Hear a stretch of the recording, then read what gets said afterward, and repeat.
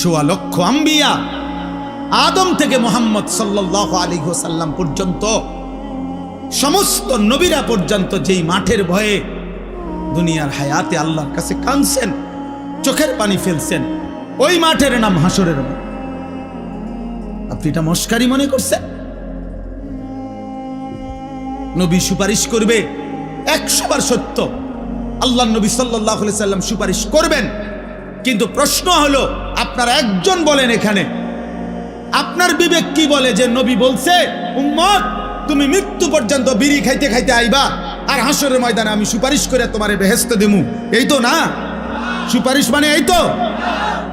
নবী বলছে উম্মত তুমি মৃত্যু পর্যন্ত সুদ খাইবা, কিস্তি লইবা, তোমার কিস্তি তোমার মরার পরে তোমার ফুতাইতে সুদ করব, তোমার সুদের টাকা তারা সুদ করব, তুমি শুধু কবরে আসবা, আমি নবী সুপারিশ করে বেহেশত দিয়ে দেব।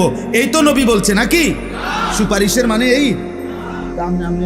আপনি দিকন সুপারিশ করবে নবী, তো মানে কি আপনি বলেন? এটার কোনো নিয়ম কানুন নাই, এটার কোনো কাগজপত্র নাই, কোনো সিস্টেম নাই না?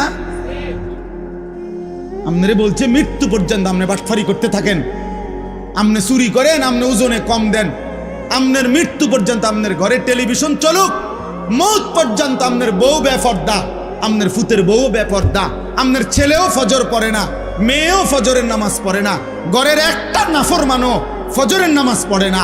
আরে নাফরমান এই অবস্থায় কবরে গিয়া মুক্তি মিলবে কিভাবে?